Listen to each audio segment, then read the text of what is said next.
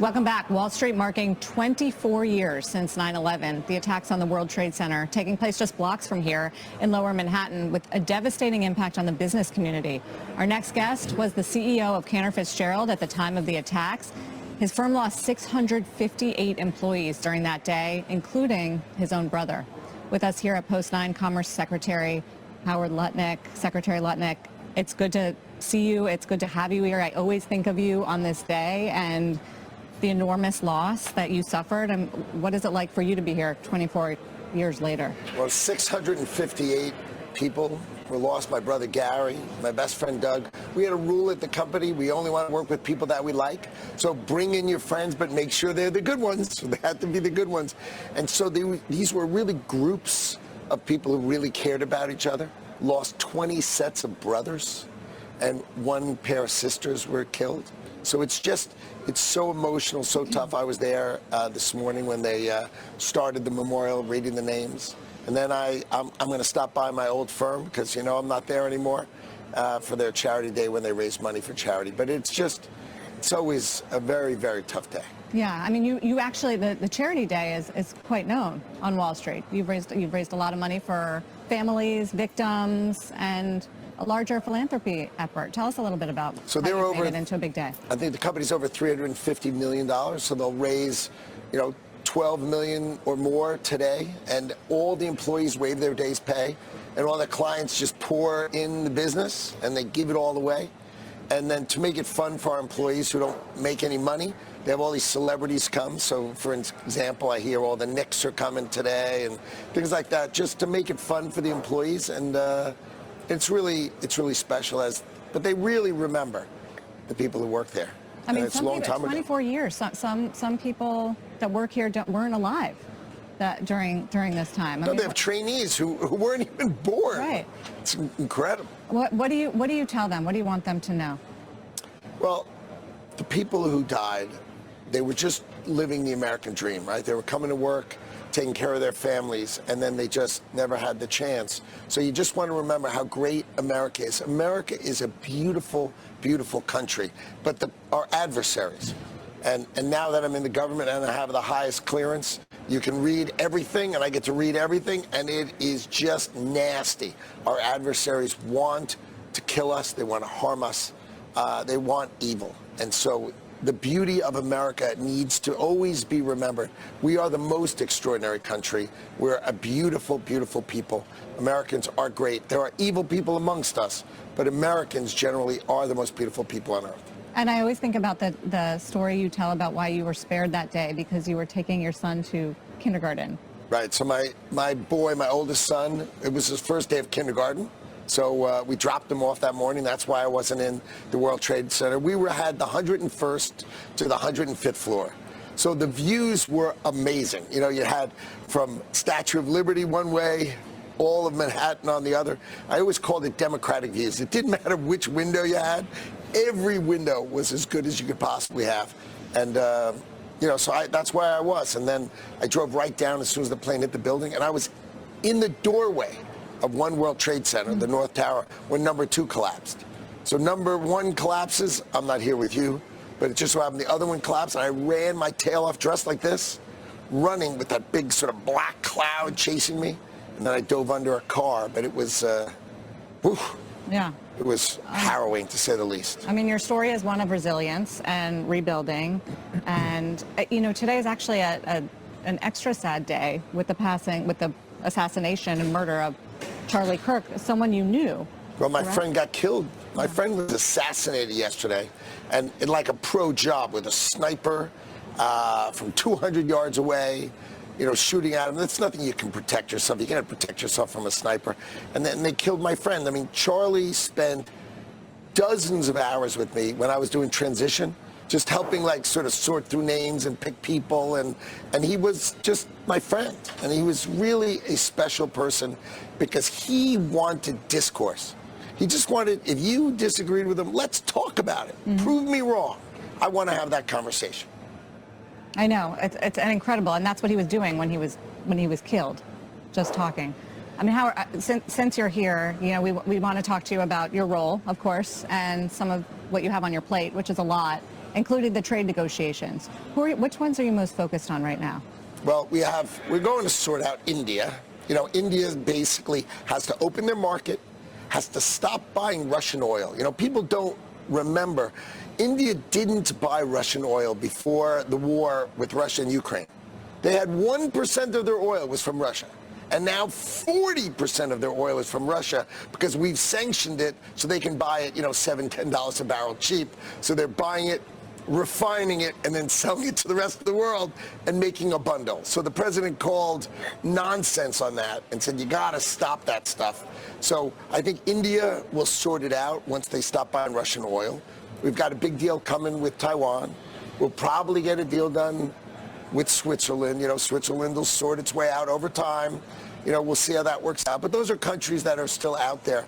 And, of course, South Korea. We made a deal, but let's see if they come through with the paperwork. You know, Japan came through with the paperwork. You know, it's one thing to shake the president's hand. It's another thing when the pen has to meet the paper. Would you say Japan's the best success story right now when it comes to trade agreements? Well, Europe and Japan are just amazing. I mean, Europe, 450 million people, $20 trillion economy, agreeing we will completely open to America, including taking our cars without their sort of nonsensical rules. And they'll pay 15% to us. So that was huge. And then Japan, who was never really going to open their market. I mean, you got to remember, 94% of Japanese cars, right, are Japanese, right? It's only 6%. And what American cars do we sell there? The Yakuza, you know, the gangsters drive Chevys, you know what I mean? So it's culturally not there. So they gave us $550 billion to invest for the benefit of America. Build the Alaska pipeline, build nuclear power plants, make your grid better, do generic antibiotics in America.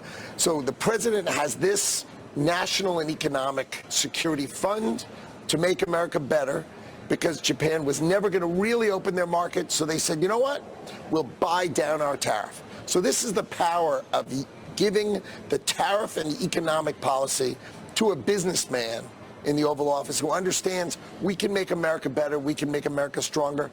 Tariffs are bringing in $40 billion a month, reducing our deficit. You know how much taxes we'd have to charge Americans? They have that much money? You know, I do wonder, and we've had this conversation, we'll continue to, in terms of the manufacturing side, because there's no doubt the tariffs are coming in. They're not causing a lot of inflation, which you said, and Sarah certainly has been articulating. But it's not clear that they're also bringing manufacturing jobs yet either. There's no measurement I've seen of late that indicates they're coming back. It may be they're coming back, and we've had this conversation. It may be robotics. It may be that we get more activity, but it's not necessarily human activity. Okay, August 1st, we make the deal with all these countries, right? So now everybody knows their tariff, right? So now you're going to see factories get built in America at a scale that you have never seen before. Okay, more than $10 trillion of factory build coming. All right, and so there's huge amount of construction jobs. So I would say the first quarter of next year will be the best quarter of construction jobs this country's ever seen, and that's going to roll all the way through 26. So I think you're going to see GDP growth next year over 4%. You do 4%, 10 trillion over what period of time, Secretary? Mr. Donald J. Trump, the President of the United States, during his term, you know, we negotiate. It's got to build it while we're watching you. Saying you're going to build it in 5 years? Come on, how's that help us? So President Trump's going to get these builds now, and you're going to see GDP growth even before the factories open, because construction jobs are amazing. So I tell you what, if you're in the construction business, everybody's going to be looking at you thinking you look great. With data centers, and which are going up. So you have all data over the centers, place. but you have all these factories. What are you talking about when you say that? What are you thinking about in terms of industries? Because drugs. You talk about drugs, but exports of automobiles. I mean, you've talked to Farley from Ford. I know you must have. He's very outspoken, saying, "Hey, it's not clear to me that we're going to be selling our automobiles anywhere except in the United States, given the rise of BYD and other Chinese competitors, for example, that are so aggressive." But the West, so the Europeans are going to block Chinese cars. They're going to learn their lesson. People learn from us that you got to block their cars because those are not competitive cars. Those are government-backed cars. Well, they're competitive on price. I mean, remember, maybe because they're subsidized. Come on, 2 months ago, they cut their prices 34% in China for electric cars, right? Remember, they don't have oil. so they need electric cars. They're always trying to get us to buy their cars because they don't have oil, and we'll be helping them if we do it. But the fact is, you're going to have these robotic arms. Like, we've all seen videos of a modern car plant, right? There's 3,000 Americans who work in those plants, but they're technicians who fix the robots, who fix the HVAC system, you know, because these are cooling systems. Each time one of these factories is built, right, could be a $10 billion factory, employs 3,000 Americans, right? And you're going to have millions. We need 5 million technically employed, technically trained and employed Americans to fill these jobs. Those Americans are sitting on the sideline. When I went to high school, we had shop class. You know, and they got rid of shop class and made everybody go to a liberal arts college. Those people are sitting on the sidelines. Yeah. They're sitting on the sidelines because they just don't want to be in the marketing department of this or that company. They want to work with their hands. They want to do things outside. These people are going to come back to work. You're going to see a growing U.S. workforce. And these people are going to be the arms and legs of the 5 million construction workers and the 5 million factory workers that are coming to America. You're going to see it start in 26, and it's going to be full fire in 27. So you're not worried about not having enough people after deportations, after some of the enforcement of Hyundai workers? You think there'll be enough people to build these factories and homes and everything else? We need vocational schools. We need community colleges. We need our state universities to start doing training. So Donald Trump is arguing with Harvard, trying to settle with Harvard. If Harvard settles with Donald Trump, you know what he's going to do with the $500 million?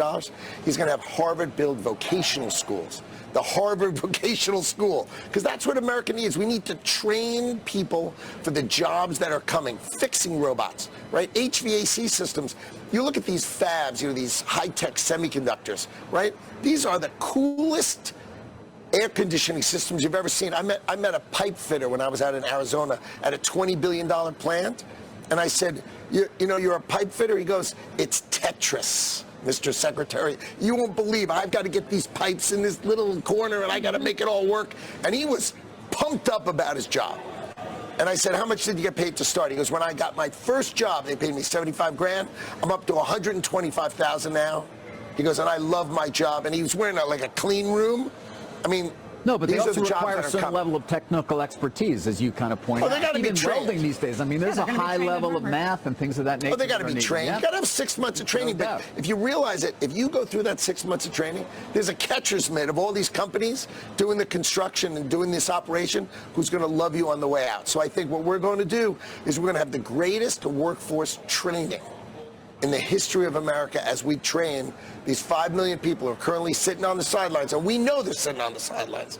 It's time for them to come out, get the right jobs, and build America. Right. To the point on Hyundai, so is the Korea trade deal in jeopardy now? Well, the Koreans didn't sign when the president was in, right? The president came in, you remember that? He came to the White House. Notice how we didn't talk about trade? Because he didn't sign the piece of paper. I mean, the devil is in the details always. Well, I think they saw the Japanese now, so there's no flexibility, right? The Japanese signed the contract. The Koreans either accept that deal or pay the tariffs, black and white. Pay the tariffs or accept the deal. But has the immigration raid led to more tension there about? I think you're going to see President Trump go out and address that. He knows that to build these great factories, we need leadership of people who've built them before if he wants to do it fast. So I think he's going to make a deal with the different countries that when they want to build big here, he'll find a way to get their workers proper work visas, meaning short-term work visas, train Americans, and then head home. I think the president is very clear. I think you're going to see an ABC from him. A, you come in, B, you train Americans, and C, you head on home.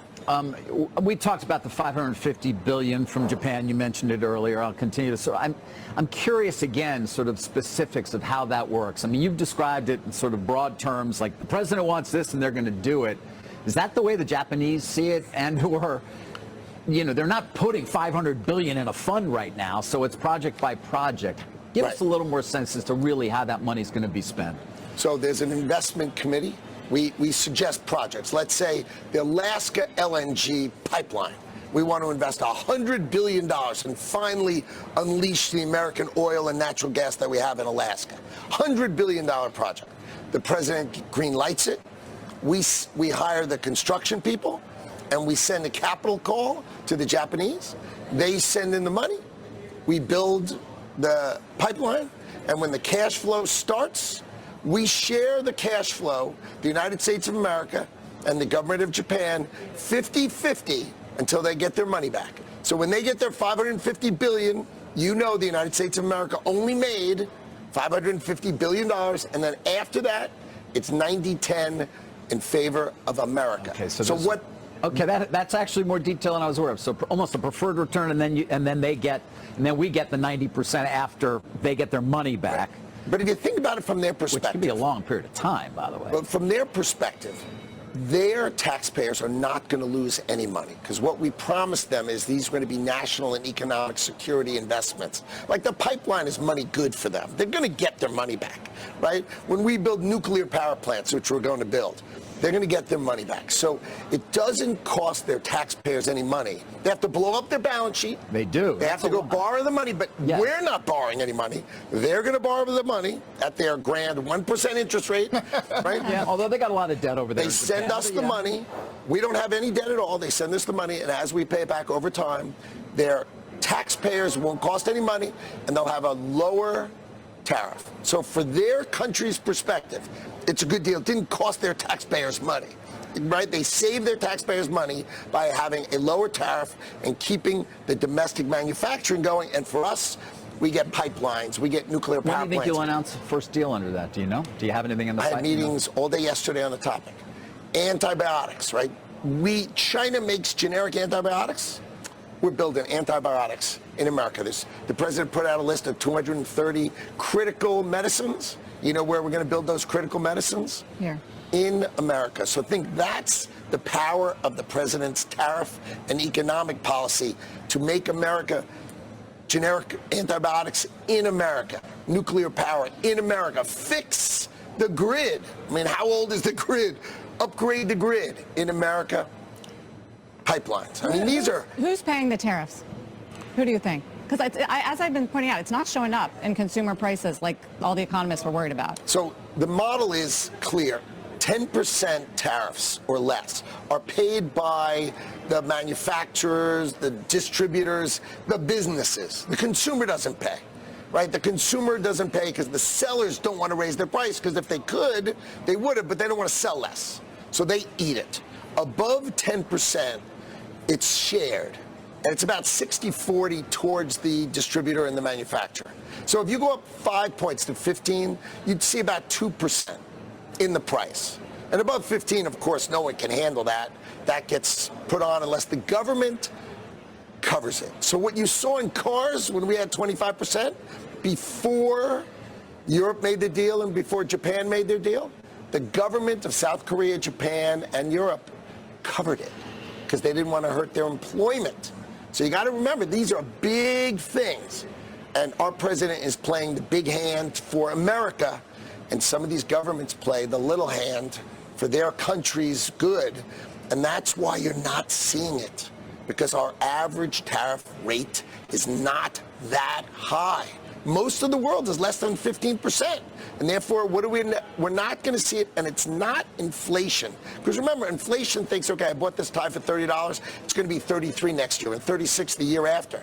Tariffs don't change your effect. It's a one-and-done deal, so it's not inflation. But this 18% number we hear, you don't think is real? I mean, the effective tariff rate that many economists have come to? Well, Japan is paying an average tariff. China's paying an average tariff of 52%, okay? But the government of China is eating most of it. So while that's an high average when you count in China, the government of China is covering most of that cost. And that's why it's not there, because the president has played his hand really, really smart. He understands it. We understand it. Right? We are working it across the world, but effectively, America has raised over $500 billion. It's going to grow to about $700 billion a year. And with growth of our economy, the president says we're going to get to $1 trillion. right? Think about that. Not paid out of our taxes. Understood. I mean, this is even though awesome. the courts are trying to block it. Yeah. Can I, on China, since I think we're going to run out of time with you, TikTok. Where do things stand right now, Secretary? You know, I know the ban or the exemption of the ban is set to expire soon. I always hear about whether there's going to be a deal potentially done. Can you give us any sense as to how that's moving along and/or what the Chinese are thinking? We're talking. They're talking about it. The president likes TikTok. You know, he did well communicating with young people through TikTok, so he's partial to it. But unless it's owned by Americans and the algorithm is controlled by Americans, because you know eventually that app in your phone, everything with China has a call daddy in it. No doubt. That's why there was a bill it's all in there. Everything you buy from China has a call daddy in it. You buy their chip, it's got a call daddy in it. So you know if you use Chinese things, they're going to connect to you. They'll know where you are. They'll know what you're thinking. They'll be in your phone. So the president knows if we're going to have TikTok here, that's got to go. That's got to go. And that's what we're talking about. If the president can get that, he's going to keep TikTok. If he can't, it's going to go dark. We're going to lose you in a second, I think, but before you go, on SCOTUS, I'm sure you're confident SCOTUS will uphold tariffs, but if they don't, are you making contingency plans on refunds? No, I mean, if you look at the dissent, right, it was 7-4. So look at the 4. The chief judge. Yes, and the former chief judge, and the incoming chief judge, and the smartest guy on the bench. 4 out of 4 of the best ruled, and what they wrote basically was, you have to put foreign power, you know, the ability to deal with foreign relations in the hands of the president, who is elected by all of us. So I think it's going to be 5-4 or 6-3 in favor of the President of the United States, and we are supremely confident that the Supreme Court, I love the double supreme, is going to side with the President of the United States. Finally, really quickly, Fannie Freddie, I know you've been working on this with Bill Pulte. Is there an update on the plans? The model of taking the companies public, I think, has a lot of merit, and the president really likes that and supports it. Do I think it's going to be soon? I do. I think it's going to be sort of it could well be a this year thing. Now, do we want to sell a lot? No. What we want to do is show a mark to market, right? That the president shows these are assets that we, the American taxpayers, own, and look how much they're worth. Look how well they do. And what we want to do is keep the price of a home mortgage as low as mathematically possible. We don't want to take any action that raises that spread, because that makes home ownership tougher. And we want to make home ownership easier. The president wants rates lower.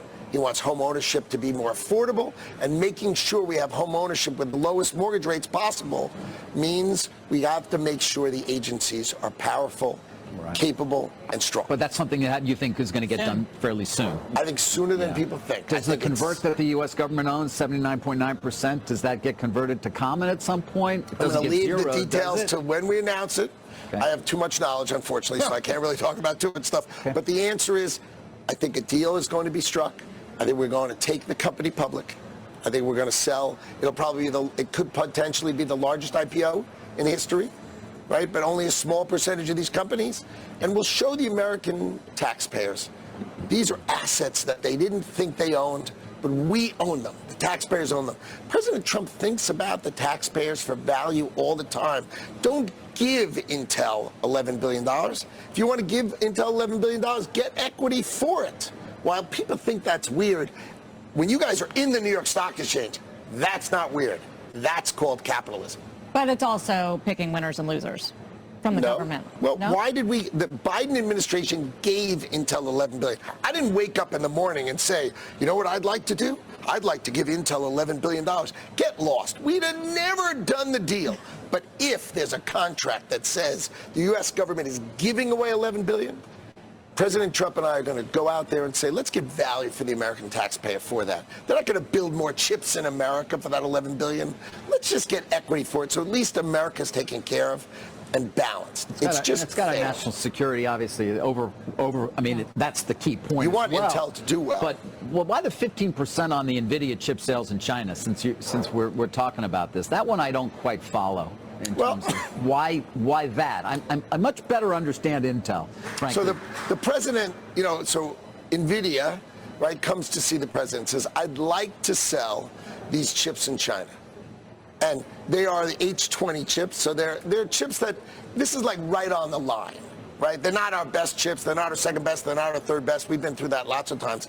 So they didn't like you said that. So they don't like that. But should they buy it or shouldn't they buy it? That's up to the president. It's really on the line. And he said, okay, I don't have to agree, or I can agree. What's in it for the American taxpayer? I know what's in it for you. If we say yes, you'll sell more chips. But what's in it for the American taxpayer? Why should we agree? Because, if the equities are in the balance, fine, we won't sell it. But if you want us to sell it, can the American taxpayer go along with it if it's right on that border? And they talked about it and they settled on 15%. So people say, well, why is that an okay thing? I don't know. I was in the room. It seemed really, really reasonable to me. It did. We won't sell it, or if you help the American taxpayer a little, you know what? But you understand That'll why some other companies say that's pay to play, right? I mean, it's like, I want to get my merger done. Well, all right. I mean, you could make the same argument, couldn't you, Secretary? I understand you can make all sorts of arguments, but Donald Trump is a real businessman, and he's doing it rationally and reasonably. Every one of those things. I'll give you the last example. The golden share, right? U.S. Steel. Yeah. Of U.S. Steel. So they promised, Nippon Steel promised 12 things. And once they buy the company, how are you going to enforce those 12 things? So we said, okay, our board member is just going to enforce those 12 things, right? They said they're going to close one of the plants that's in one of those 12 things. How about that? And guess what? Our board member just woke up, had a call with the CEO, and said, I don't think so. I mean, think about that. And then they were like technical, oh, no, we're going to keep the employees. It was nonsense. The idea of making people live to what they say is a smart way to do it, because otherwise, once a merger is a merger. Mm-hmm. Yep. No say. No say. But we have that say. Donald Trump enforced it, and it's fun working for him. It's really fun. The Secretary of Deal Making, we should call you. Howard Lutnick, thank you very much. Meaningful to have you on today, and we got through a lot of your portfolio, so thank you for staying with us and taking all the questions. That is the Commerce Secretary, Howard Lutnick. Still to come this morning, a fresh read on housing and the impact of potential rate cuts with the head of home builder Brookfield Residential when we're back in a minute.